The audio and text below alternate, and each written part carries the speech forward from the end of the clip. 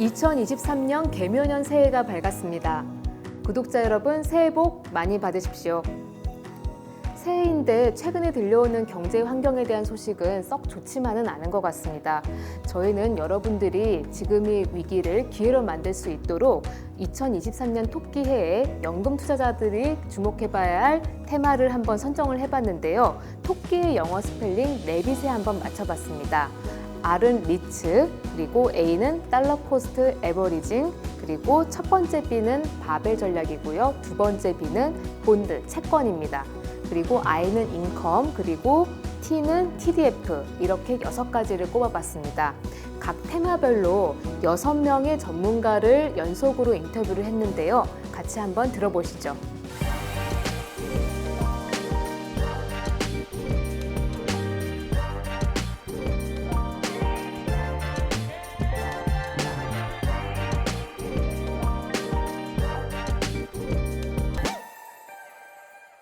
2022년에는 아무래도 미국 기준금리 인상에 따른 영향을 많이 받은 상황이고요. 23년에도 마찬가지로 영향은 계속 받을 거라고 생각을 하고 있습니다.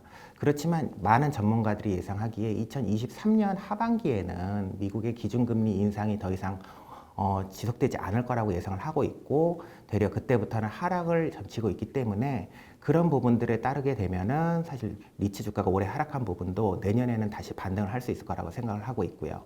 그에 따라서 배당률에 대한 부분도 현재 시점에서는 사실은 리츠 주가가 많이 떨어진 부분이기 때문에 조금 더 기회의 시기가 아닐까라고 생각을 하고는 있습니다. 퇴직연금과 마찬가지로 개인연금저축도 올해 이제 리츠 투자가 되게끔 활성화가 됐습니다. 그래서 이런 이제 규제가 풀렸기 때문에 개인연금저축을 통해서도 안정적인 리츠에 투자하실 수 있는 길이 열렸고요. 그에 따라서 마찬가지로 매달 그 분할해서 조금씩 평단가를 낮추는 방법을 권장을 좀 드리고 있습니다. 그래서 실제 배당률 자체가 지금은 굉장히 높은 상황이기 때문에 지금은 계속 조금씩 평단가를 낮추는 방식으로 가시고, 나중에 기준금리가 떨어지는 타이밍에는 마찬가지로 리츠 주가가 많이 급격하게 하락을 해왔기 때문에 그때는 또 급격하게 올라갈 것으로 예상을 하고 있거든요. 근데 그 시점 자체를 정확하게 잡는 것은 굉장히 어려운 부분이기 때문에 평단가를 계속 조금씩 낮추는 분할 매수의 방법을 추천을 드립니다. 리츠를 아마도 단타로 접근하신 분들은 굉장히 적을 거라고 생각을 하고 있습니다. 너무 일비하지 않으셨으면 좋겠습니다. 기본적으로 부동산이라고 하는 기초 자산을 기본으로 해서 주식으로 바꿔놓은 상품이 리츠는 맞습니다. 근데 이제 주식이다 보니 아무래도 가격이라고 하는 부분이 눈에 보이기 때문에 기분상 일비하실 수는 있지만 너무 그렇게 접근하지 마시고요. 장기 투자라는 관점에서 내가 최초에 생각했던 배당률이 얼마인지, 5%면 5%, 6%면 6%, 현재는 7%, 8%까지 나오고 있는 상황이기 때문에 계속 배당률이 높을 때 조금씩 계속 투자를 하시는 것을 권장을 드리고, 각 리츠별로 리파이낸싱 타이밍이 돌아오는 리츠들이 있어요. 그래서 이제 그런 리츠들은 조금 세세하게 살펴보셔야 될 필요가 있다라고 말씀 좀 드리고 있습니다. 대한민국에는 20개의 상장된 리츠가 있습니다. 그 가운데에서 국내 자산들을 기초로 해서 상장된 리츠가 있고요. 해외 자산들을 기초로 해서 상장된 리츠도 또한 있습니다. 그래서 리츠의 포트폴리오를 짜실 때 국내 거에도 관심을 가지실 수 있겠지만 해외 자산을 기초로 해서 상장된 리츠에도 관심을 좀 기울일 필요는 분명히 있다고 생각을 합니다. 왜냐하면 이제 국내만 한정을 해서 포트폴리오를 짜시게 되면 국내에 받는 영향은 그대로 상장된 리츠가 영향을 받기 때문에 아무래도 상대적으로 국내에 받는 영향보다는 좀 덜한 해외에 있는 자산들도 일부는 편입을 할 필요가 있다고 생각이 되고요.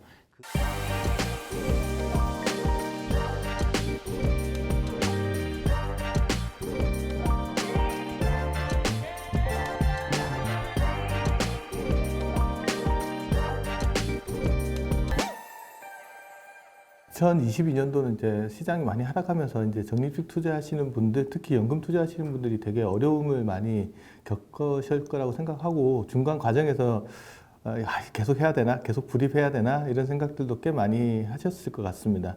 근데 이제 적립식 투자라는 것에 대한 개념들을 좀 잘 잡아볼 필요가 있는데, 적립식 투자라는 것들은 바닥이 저점이 언제인지 정확하게 아는 사람들은 적립식 투자를 할 필요가 별로 없죠.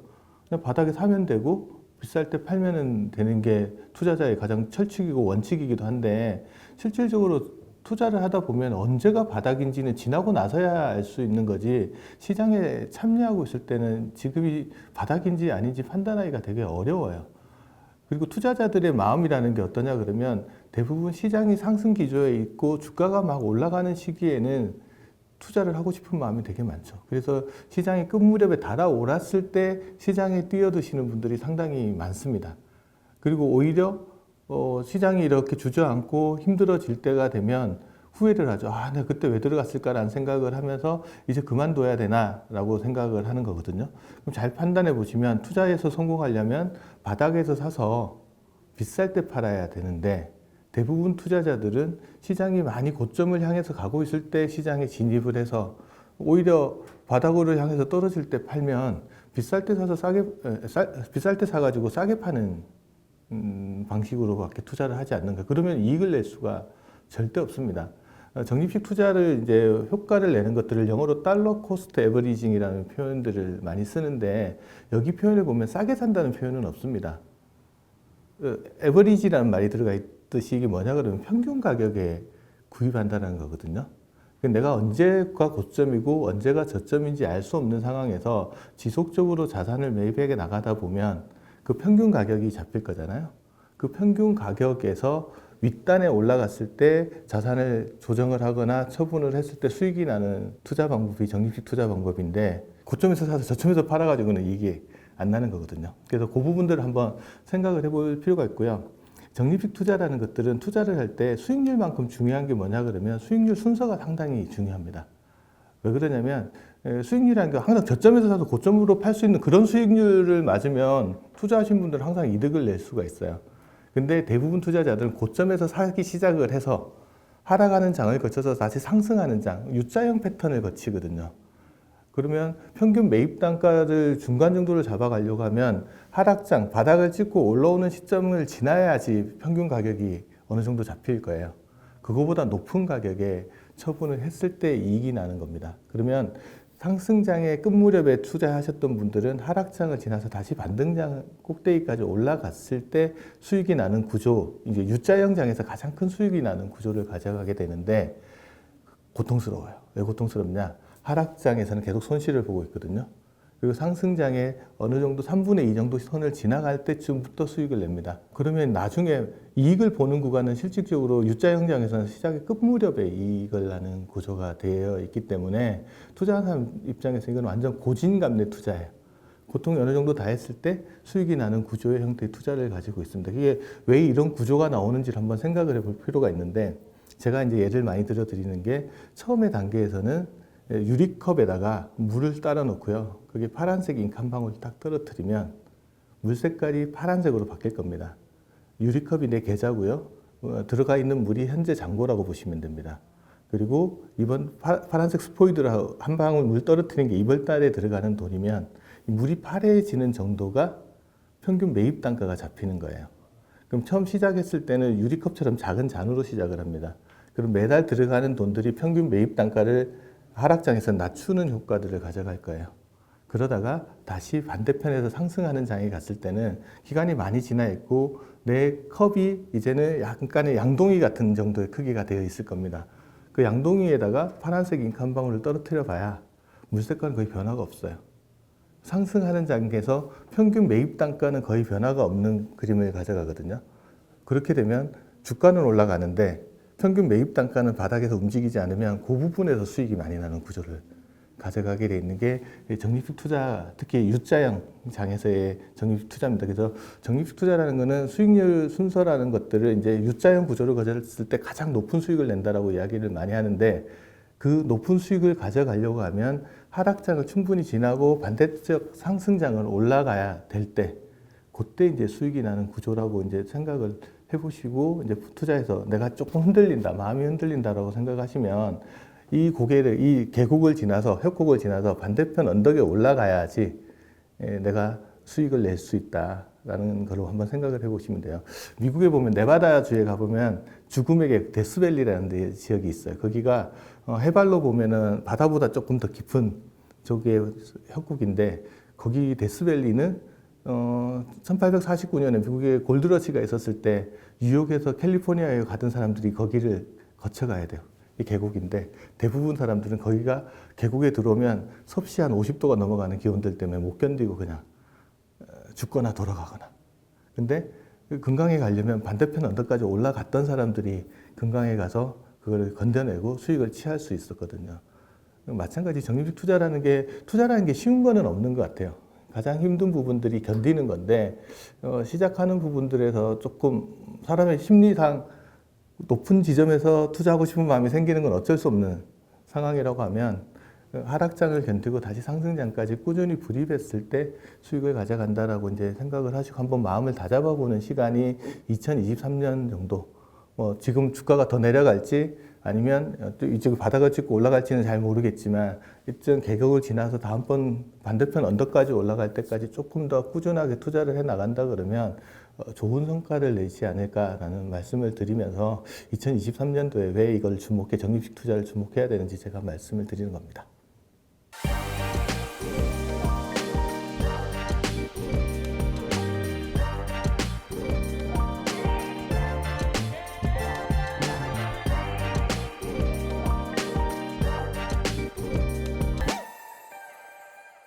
최근에 이제 금리 수준이 계속 높게 유지가 되고 있는 상황이지 않습니까?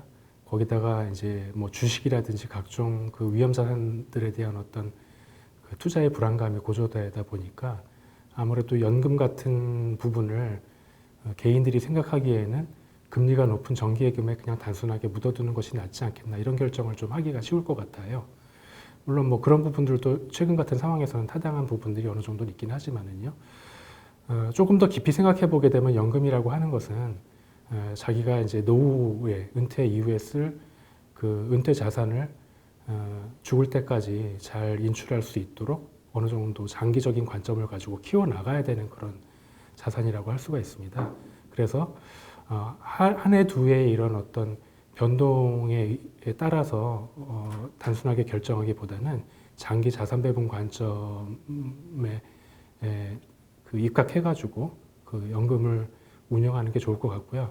그런 면에서 보게 되면은 그 연금을 어떤 포트폴리오의 성격으로 어떤 포트폴리오 전략을 가지고 이렇게 운용하는지가 상당히 중요할 것 같아요.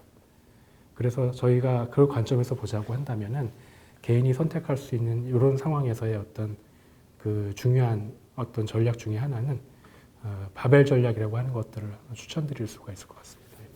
바벨이라고 한다면 이제 그 양쪽에 이렇게 무게추가 주어져 있는 그런 운동 기구지 않습니까? 그래서 그 양극단에 이렇게 좀 몰려져 있는 중간에는 비어 있고 양극단에 이제 몰려져 있는 그런 형상을 취하는 전략이라고 해서 이제 바벨 전략이라고 얘기를 하고 있는데요. 단순하게 보게 되면은 서로 전혀 다른 성격의 어떤 투자 자산을 양극단으로 취해서 오히려 그 두 개를 믹스함으로 해가지고 중립적인 어떤 위험을 가지고 있는 중립적인 수준의 수익 전략을 꾸준하게 추구할 수 있는 그런 전략이 되겠습니다.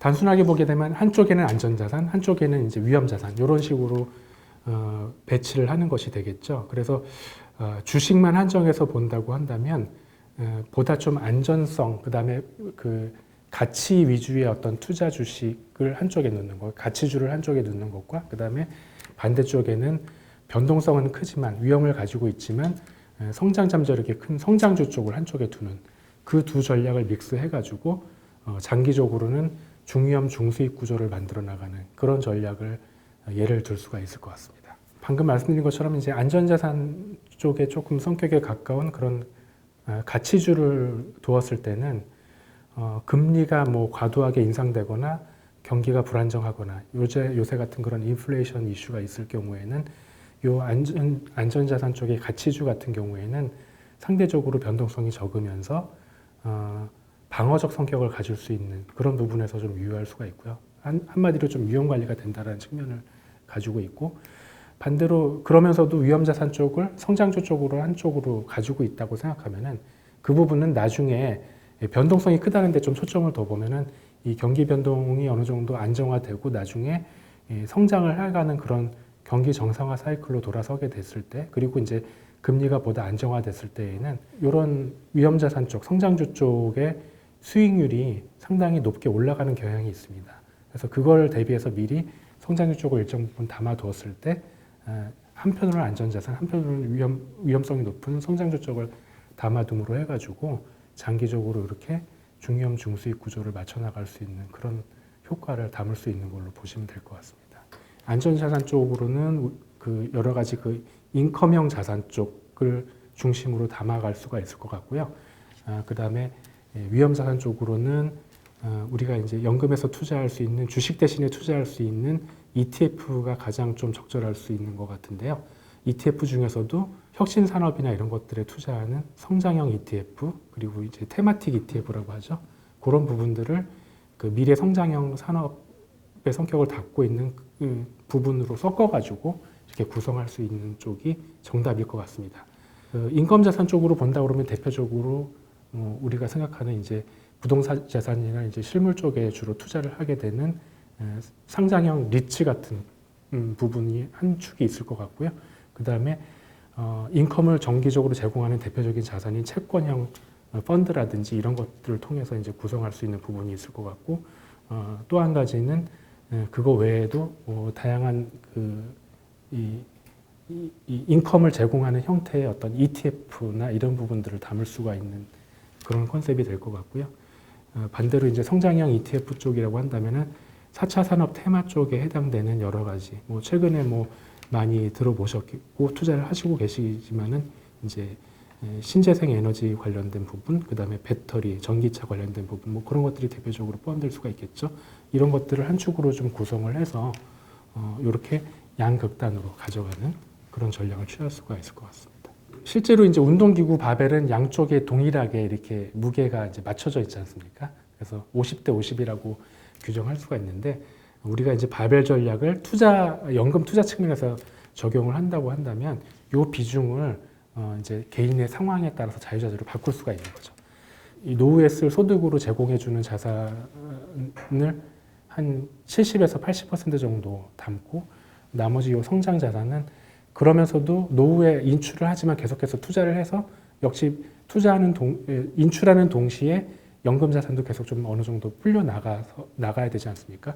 그런 용도로 이제 활용하는 거기 때문에 요 성장형 테마 ETF 같은 경우는 그런 부분 연금 자산을 추가적으로 성장시킬 수 있는 용도로 해서 한 20% 내지 30% 정도 이렇게 담아갈 수가 있겠고요.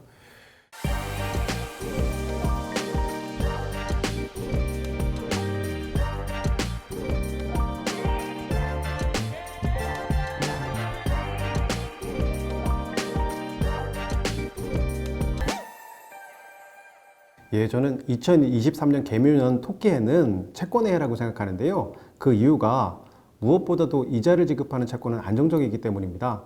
그래서 지금처럼 변동성이 높은 시기에는 꼭 필요한 자산이 채권이라고 생각하고요. 두 번째는 고금리를 줄 수 있는 것들이 채권의 지금 매력인데요. 연초에 1%대였는데 현재 4%, 5% 수준의 금리라고 하면 제법 매력적인 수준까지 올라왔다고 생각을 하고요. 거기다가 만일 내년에 경기 침체까지 온다면 금리가 떨어져서 자본 차익까지 얻을 수 있거든요. 채권에 투자하는 가장 편리한 방법으로 ETF를 추천을 드리는데요. 실물 채권과 다르게 ETF는 거래가 편리하다는 것들이 가장 큰 장점입니다. 사고 싶을 때 사실 수 있고요. 팔고 싶을 때 파실 수 있습니다. 또 실물 채권에 비해서 거래 비용도 굉장히 좀 저렴해서 합리적으로 투자할 수 있습니다. 거기다가 채권 ETF는 다양한 우량 채권에 분산 투자하기 때문에 위험도 상대적으로 낮다는 것들이 장점이라고 보실 수 있습니다. 통화 채권형 ETF들도 있고요. 그리고 금리형 ETF들, 해외형, 국공채형 이렇게 굉장히 좀 많은 채권들이 있는데요. 그 중에서도 만기 채권형 ETF를 추천드립니다. 예금과 다르게 투자 상품의 가장 큰 단점들은 손실 걱정인데요. 한마디로 만기 채권형 ETF에 투자하시게 되면 손실 걱정 없이 투자하실 수 있다는 것들이 가장 큰 장점입니다. 만기까지 보유하시게 되면 마치 예금처럼 약정된 이자 수익들을 얻을 수 있고요. 게다가 만기 전이라도 좀 더 매도하셔서 이익들을 확정하실 수 있습니다. 중간에 매도하시더라도 특별한 페널티가 없기 때문에 다른 상품들로 쉽게 갈아탈 수 있는 것들이 만기 채권 ETF의 장점인데요. 만기 채권형 ETF를 보실 때는 세 가지 점들을 주의하시면 좋겠는데요. 첫 번째로 만기 수준입니다. 투자자들이 어떤 만기 수준의 채권에 투자하실 것들이 첫 번째 고르시고요. 그리고 구성 자산들을 두 번째로 보시면 될 것 같습니다. 구공채형이냐, 회사채형이냐, 은행채냐 이거에 따라서 금리 수준이 달라지기 때문에 신용도를 같이 보시면 좋겠고요. 마지막으로 어쨌든 만기 채권 ETF는 YTM, 그러니까 만기 수익률이 높은 상품들이 좋은 상품입니다. 그렇기 때문에 같은 등급이라면 YTM의 높은 자산들을 선택하신 것들이 유리하겠습니다.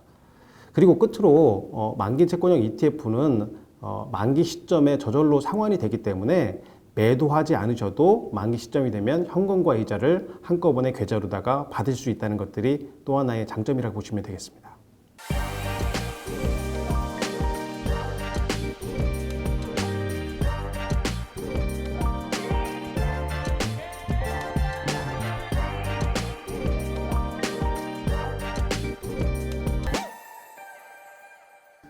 시장이 안 좋다라는 이야기는 한마디로 표현하면 그거예요. 주식 시장이 좀 내리네? 주가 지수가 왜 안 오르지? 사실 또 뭐 부동산으로 가게 되면 왜 아파트 가격이 예전처럼 왜 올라가지 않고 뭔가 좀 떨어지는 것 같지? 이런 부분입니다. 그래서 사실은 가격이라는 부분이고요. 가격이 안 올라간다는 거에 대해서 대부분 시장이 안 좋다고 표현하는 것 같고요. 결국은 이런 금융시장이나 제반 어떤 자산시장에서 인컴에 중점을 둬야 되는 이유는 알고 보면은 우리가 투자 대상으로 삼고 있는 각 자산들은 그 성과 자체가 두 가지로 딱 구분이 되어 있어요. 그 두 가지가 합해진 성과가 내가 얼마 수익이 났다라는 접근인데, 하나는 내가 산 가격보다 그 자산의 가격이 올라가 있는 이제 매매 차익 같은 경우가 있고, 근데 또 하나는 그 자산을 보유하고 있는 단계에서 수익이 나는 경우도 있어요. 왜냐하면 채권 투자하게 되면 채권에서 이자 나오는 게 있고, 만약에 뭐 우리가 부동산 투자를 하시는 분들 중에서 뭐 대출을 좀 활용해서 아파트를 사놓으신 분들 입장에서는 수익은 사실 아파트 가격이 오르는 것밖에 없겠지만, 만약 오피스텔이나 아니면 뭐 수익이 나올 수 있는 상가나 이런 쪽을 투자하신 분들 입장에서는 사실 상가의 가격도 중요하지만 실제 월 임대료가 나오는 것도 있거든요. 이 두 가지가 사실은 합해져서 수익인데, 지금과 같은 금융시장 상황은 자산의 가격이 올라가기 좀 어려운 국면으로 보이기 때문에 상대적으로 내가 이 자산을 지금 이 좀 안 좋은 가격에 매도하느니 보유하고 있는 상황에서 수익이 발생될 수 있는 그 요인이 좀 많은 자산에 좀 집중을 할 필요가 있는 금융시장, 자산시장, 또 금리 환경이라고 보면 될 것 같아요. 사실 사람은 원래 모든 사실을 좀 단순화해서 이해를 하려고 많이 하다 보니까 이렇게 생각하는 거죠. 주식은 그냥 뭔가 성장 자산이라 생각을 하게 되고, 채권은 또 채권은 뭐 안전하게 뭐 이자 나오는 자산이니까 인컴 자산 아니야? 부동산도 뭐 그냥 인컴 자산 아니야? 뭐 이렇게 생각을 하실 수 있는데, 좀 전에 아까 말씀드린 것처럼 모든 자산 두 가지 성격을 다 가지고 있고요. 오해하는 부분이 그겁니다. 자산이 이러니까 이거는 인컴 자산이야. 이거는 성장 자산이야. 이렇게 접근하시는 건 아니고요. 이 자산에 투자했을 때 실제 성과 자체가 어디에서 많이 나오는지, 주도적인 성과가 어디에 나오는지를 가지고 분류를 하시는 게 맞아요. 예를 들면 이거죠. 주식 같은 경우도 뭐 예를 들어서 굉장히 성장하는, 고성장하는 주식 같은 경우에는 그 주식에 투자하신 분 입장에서는 인컴 수익이 발생될 게 하나도 없어요. 근데 만약 어느 정도 사업이 궤도에 올랐고 뭐 과점적 지위를 어느 정도 가지고 있고 지속 가능한 경쟁력을 가지고 있는 기업이고, 그럼 이익 나는 거에 일정 부분만 경쟁력 유지하는 데 투자가 이루어지고 나머지는 배당을 할 수 있는, 그리고 또 실제 배당을 하는 기업들 같은 경우는 그 주식은 주가가 안 올라도 만약 뭐 은행 이자 넘는 이제 배당이 나온다면 이거는 인컴 자산으로 분류를 해야 되는 거죠. 이 자산에 투자했을 때 성과가 어디에서 나오는지를 한 번 더 세부로 분류를 해서 어느 쪽이 더 높은지를 가지고 인컴 자산과 성장 자산이라든지 아니면 기타 다른 자산으로 분류를 하는 게 실수가 없을 것 같아요. 그래서 조금 귀찮을 수는 있죠. 그런 거 이제 다시 한 번 더 생각을 해본다라는 게. 요즘에는 이제 상품도 많이 나와 있잖아요. 펀드 하나에도 이 펀드의 주된 운용 전략이 어느 정도 이 펀드에 투자하신 분 입장에서 연으로 봤을 때 펀드 성과의 한 대부분을 인컴 중심으로 좀 성과를 내기 위해서 운용 전략이 세팅이 되어 있고 그렇게 운용이 되는 펀드들이 요새 많이 나와 있어요. 그래서 아마 업계 전체적으로 보면 무슨 인컴 배분 뭐 이런 이름이 붙어 있는 펀드들은 거의 다 그런 형태의 전략을 가지고 있다고 보시면 되고요. 그래서 보통 투자자분들이 제일 접근하기 쉬운 거는 타겟 인컴 펀드, 이제 TIF로 이렇게 줄여가지고 부르는데, 그 펀드의 운용 전략 자체가 주식, 채권, 뭐 부동산까지 다 포함해서 그 각 자산들을 그 자산에서 인컴이 어떻게 배분이 되어서 전체적으로 이 펀드 수익자들이 어느 정도 인컴을 가져갈 수 있을지를 가지고 운용을 목표로 해서 운용을 하고 있는 펀드가 있습니다. 그래서 그런 펀드를 투자하시는 것도 나름은 효과적인 어떤 인컴 투자의 하나의 수단이라 생각은 들어요. 근데 조금 조심을 하셔야 되는 게 투자하는 과정에서 인컴을 추구를 한다라고는 하지만 실제 그 자산도 가격이 변동은 합니다. 변동을 하다 보니까 아마 뭐 평생소득 TIF 같은 펀드 같은 경우도 지난 뭐 금융시장이 좀 안 좋을 때는 그 자산의 가격이 좀 떨어지다 보니까 좀 성과가 안 좋을 수는 있지만 확실한 거는 보유하고 있는 자산에서 발생되는 인컴은 실제 목표로 하고 있는 인컴 수익을 계속해서 꾸준하게 확보를 하고 운용이 되고 있기 때문에 조금 긴 관점에서 보게 된다면 원래 운용 목표로 생각하고 있는 장기로 봤을 때 안정적인 인컴 수익 중심으로 포트폴리오가 배분이 되고 자산 배분 리밸런싱이 되는 그런 운용 전략을 그냥 지키고 있는 펀드라고 보시면 될 것 같아요.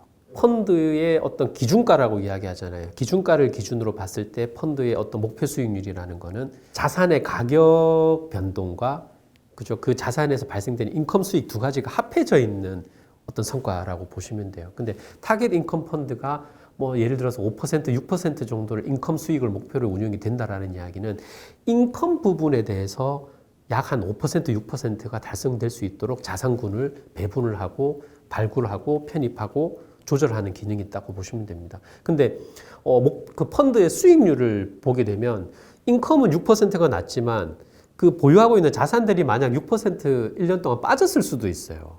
그러면 이 펀드 수익률은 0이 되겠죠. 그러니까 이제 약간은 타겟 인컴 펀드의 인컴 수익 목표라는 거는 펀드의 기준가보다는 약간 이제 조금 본질적인 부분이라고 보시는 게 중요하고요. 근데 여기서 핵심은 뭐냐면 인컴 수익이 6%가 나고 이 자산이 가지고 있는 자산의 가격이 6%가 빠진 거잖아요. 그러면 이 인컴 수익으로 뭘 하겠습니까? 빠져 있는 자산을 다시 시장 대비해서 많이 싸져 있을 때 인컴 수익을 가지고 조금 더 쌀 때 조금 더 다시 편입을 하고 다음 1년을 기다릴 수 있고 그럼 이게 사실 이게 서로 항상 일정 부분 변동을 하면서 펀드 안에서 어떻게 보면 약간 적립식 효과와 같은 이제 그런 기능도 실제로 작동할 수 있는 게 타겟 인컴 펀드의 어떤 운용 전략에서 핵심 어떤 요인이라고도 보셔야 돼요.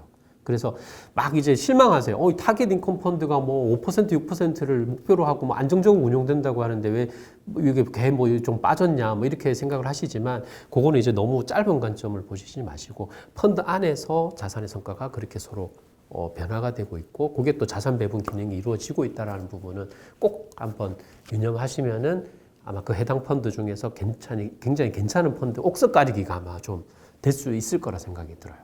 사실 이제 연금 투자자뿐만이 아니고 이제 목돈을 가지고 계신 분이 더 이상 내가 벌어들인 수익 자체를 투자 자산에 투입을 하기가 어려운 상황. 어떻게 보면은 그게 은퇴자일 수도 있고 뭐 퇴직을 앞두신 분들 다 포함되는 것 같은데 그분들 입장에서 타겟 인컴 펀드가 좋을 수밖에 없는 건 이런 거죠. 아까 말씀드린 것처럼 펀드 안에서의 자산 배분 효과도 있다라는 게 중요하고요. 그리고 또 하나는 대다수 일반적인 펀드 같은 경우는 펀드 성과의 대부분이 자산 가격의 변화에 노출이 돼 있어요. 그게 거의 절대적이라고 보시면 돼요. 거의 뭐 90% 이상, 뭐 100% 가까이라고 보시면 돼요. 그러면 목돈을 이미 확보하고 계시고, 나 퇴직했어. 이 자산에서 내가 연으로 뭐 한 5% 정도는 좀 찾아서 써야 될 상황이야. 이런 분들 입장에서는 어떤 문제가 생기냐면 펀드의 성과 자체가 시장에 다 노출이 되게 되면 시장이 안 좋을 때 내가 필요한 돈은 5% 연간 빼야 될 거 아니에요. 그럼 시장이 낮을 때 다 현금화하는 일이 생기게 돼 있습니다. 물론 이제 고객이 현금화니까 펀드 안에서도 자산을 매각해야 되겠죠. 그 5% 드리기 위해서. 그러면 이제 거꾸로입니다. 우리 예전에 투자해야 할 때 코스트 에버리지 효과라고 해서 시장이 안 좋을 때 자금이 투입이 돼서 좀 더 싼 가격이 많이 사지고 이런 게 나중에 평균적으로 수익률이 좋아진다는 부분이 있는데 은퇴를 하시고 더 이상 자금 투입이 안 되고 오히려 혹시나 인출이 발생될 수도 빼 써야 되는 이슈가 있을 수 있는 분 입장에서는 실제로는 타겟 인컴 펀드와 같이 펀드 안에서 일정 부분 인컴 수익이 꾸준하게 확보가 되게 되면 아까 말씀드린 것처럼 6% 인컴 수익이 확보가 됐어요. 자산의 가격이 6% 빠졌어요. 제로예요, 수익률은. 1년 수익률이 제로가 됐어요. 하지만 이 고객은 6%를 찾아 써야 돼요. 그럼 이 펀드는 싸져 있는 자산을 팔 이유가 없죠. 싸져 있는 자산을 싼 값에 시장에 매각해서 6%를 들릴 이유가 없는 거죠. 왜? 인컴 수익 6%가 있잖아요. 확보된. 그러면 결국 이 자산이 계속 빠지는 건 아니기 때문에 결국 언젠가 또 올라올 때는 이게 또 나중에 빨리 회복될 수 있는 요인이 됩니다. 그래서 타겟 인컴 펀드가 오히려 목돈 투자하시는 분들, 목돈 투자하시는 분들은 공격적으로 하시는 분들보다는 좀 보수적으로 하셔야 되고, 특히 연금 입장에서는 인출이 필요하다든지 연금화해야 되는 분들인데, 그분들한테는 사실 그래서 인컴 펀드 성과의 상당 부분 어느 정도가 인컴 수익이 차지하는지가 굉장히 중요한 포인트라고 보시면 돼요. 그러니까 보통 이제 자산을 모으실 때는 그래서 보통 TDF와 같은 상품을 계속 꾸준하게 모아서 적립해 나가다가 은퇴하는 시점이 되시게 되면 이 모아 있는 자산에서 이제 인컴 소득이 필요하신 거잖아요. 이제 그런 분들한테는 TIF, 그래서 모을 땐 TDF, 인출하고 목돈이 되었을 땐 TIF와 같은 운용 전략의 변화가 좀 필요하다고 보시면 될 것 같아요.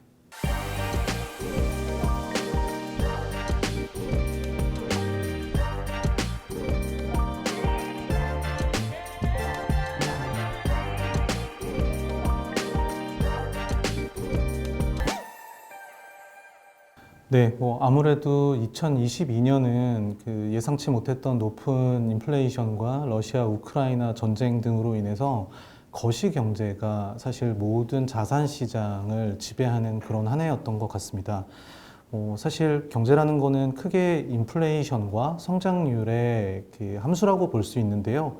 우선 인플레이션부터 말씀드리면 그 2022년도에는 그 글로벌 자산 시장의 가장 큰 하락 요인이었던 인플레이션이 점차 안정화될 것으로 예상하고 있습니다. 22년도를 지배했던 인플레이션 같은 경우에는 크게 그 코로나 기간 동안에 제공된 막대한 유동성과 그리고 그 락다운 등을 통해서 공급망 붕괴가 동시에 일어났기 때문인데요. 그 공급망 측면에서의 개선이 그 인플레이션의 상승세가 둔화되는데 가장 크게 기여할 것으로 생각하고 있습니다. 다만 소비 측면에서는 여전히 미국 같은 경우 낮은 실업률과 임금 상승 등으로 인해서 좀 충분한 소비 여력이 있는 것으로 판단이 되는데 이런 부분들에서의 변화를 좀 유심히 지켜봐야 될 것 같고요. 그 경제 성장률 같은 경우에는 그 국제협력기구인 OECD라든지 IMF 같은 경우는 23년 글로벌 GDP 성장률이 각각 2.7%, 2.2%로 둔화될 것으로 전망하고 있습니다. 그 현재 미국을 포함한 각국 중앙은행이 동조를 해서 인플레이션을 잡기 위한 노력을 기울이고 있는데 그 인플레이션을 잡기 위해서 금리를 지속해서 인상할 경우에는 아무래도 경기 둔화로 이어질 가능성이 있거든요. 근데 경기 둔화가 경기 침체로 발전되는 상황에서는 아마 각국 중앙은행이 이런 부분들을 크게 신경 쓸 수 있지 않을까라고 생각을 하고 있습니다. 긍정적인 거시 변수로는 최근에 이제 중국 쪽에서도 리오프닝으로 정책 변환이 일어났고 러시아 우크라이나 전쟁도 이제 장기화되면서 종료될 가능성이 있는데요. 이런 부분들은 23년 거시 경제 환경이 좀 개선될 수 있는 그런 요인이라고 생각하고 있습니다. 매크로 환경에 대해서는 앞서서 간략하게 말씀드렸지만 저희 운영팀은 23년은 22년 대비해서 이런 거시 경제 환경이 나아질 것으로 예상을 하고 있습니다. 다만 높은 거시 경제 불확실성이 남아 있기 때문에 그 운영팀 입장에서는 최대한 신중하고 보수적으로 운영을 할 계획입니다. 경제적인 측면에서는 운영팀은 중국 리오프닝으로 인한 공급망 회복 속도와 고용 환경 변화로 인한 소비 둔화 가능성을 유심히 모니터링할 예정이고요. 그 투자 자산 기준으로는 전략 배분 TDF에서는 채권 자산의 회복 기대감이 가장 큰 상황입니다. 그 전략 배분 TDF로 국한해서 포트폴리오 기준으로 말씀을 드리자면 그 기본 수익 전략 내에 있는 채권형 펀드와 멀티 인컴 전략 내에 있는 혼합형 펀드들 그리고 혼합형 펀드들이 가지고 있는 채권 자산이 23년도 연말이 됐었을 때는 전략 배분 TDF에 가장 큰 성과 기여를 하지 않을까 예상하고 있습니다. 현재 기준으로만 잘라서 살펴보면은 원리금 보장형 상품의 경쟁력이 굉장히 높아져 있는 상황입니다. 그렇기 때문에 연말을 앞두고 많은 분들이 예금을 포함한 원리금 보장형 상품을 선호하는 것으로 알고 있는데요. 저희 같이 전 세계의 자산을 좀 두루 살펴보고 투자 기회를 찾는 운용팀의 입장에서도 국명별로 가장 좋은 자산을 정확하게 맞추는 것은 굉장히 어렵습니다. 그만큼 마켓 타이밍을 잡는 것보다는 다양한 자산에 분산 투자를 하는 것이 TDF의 매력이고 또 이런 부분이 원리금 보장형 상품을 투자했었을 때 대비 더 나은 장점이라고 생각을 하고요. 또 다른 측면으로는 사실 그렇습니다. 저금리 상황에서는 내가 돈을 낮은 이자로 빌려서 투자를 하고 높은 수익률을 거둘 수 있었던 환경인데 반해서 지금처럼 높은 인플레이션이 장기간 유지된다라고 가정을 했었을 때에는 그런 조달 코스트 자체가 굉장히 높아지는 상황이거든요. 그 얘기는 저는 반대로 그냥 개인 투자자 입장에서는 노동의 가치가 지난 2, 3년 전 대비해서 봤었을 때보다는 훨씬 더 중요해지는 시기가 아닐까라고 생각을 하고 있습니다. 금융시장 그리고 투자라는 것은 큰 사이클이 있는 거고 내가 이득을 얻을 만큼 손실이 발생할 가능성도 있는 거라고 생각을 하거든요. 농사를 예로 한번 들어보겠습니다. 농사 같은 경우는 1년의 시간을 가지고 봄, 여름, 가을, 겨울 동안 해야 되는 일들이 다 다릅니다. 다만 여름이 너무 덥다고 해서 내가 농사 짓는 거를 1, 2주 정도 쉰다라고 하면 과연 가을에 그 풍요로운 수확을 얻을 수 있을까요? 저는 TDF 같은 경우는 라이프 사이클 상품이고 내가 근무를 하는 기간 동안에 그 은퇴 이후의 삶의 자산을 형성하는 그런 과정이다라고 생각을 합니다. 현재 시장 상황이 그다지 녹록치는 않고 이미 손실이 발생하실 분들도 계실 테지만 투자를 현 시점에서 멈추는 것보다는 장기적인 관점에서 계속 투자를 해 나가신다라고 하면 분명히 은퇴하는 시점에서는 그 정기예금과 같은 원리금 보장형 상품에 투자한 것 대비 더 나은 이득을 얻으실 거라고 저희는 확신하고 있습니다.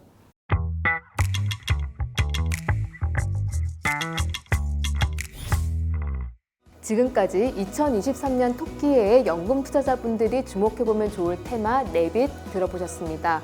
6명의 전문가분들의 인터뷰 2023년에 각 테마에 대해서 어떻게 생각하는지 한번 들어봤는데요. 어떠셨는지요?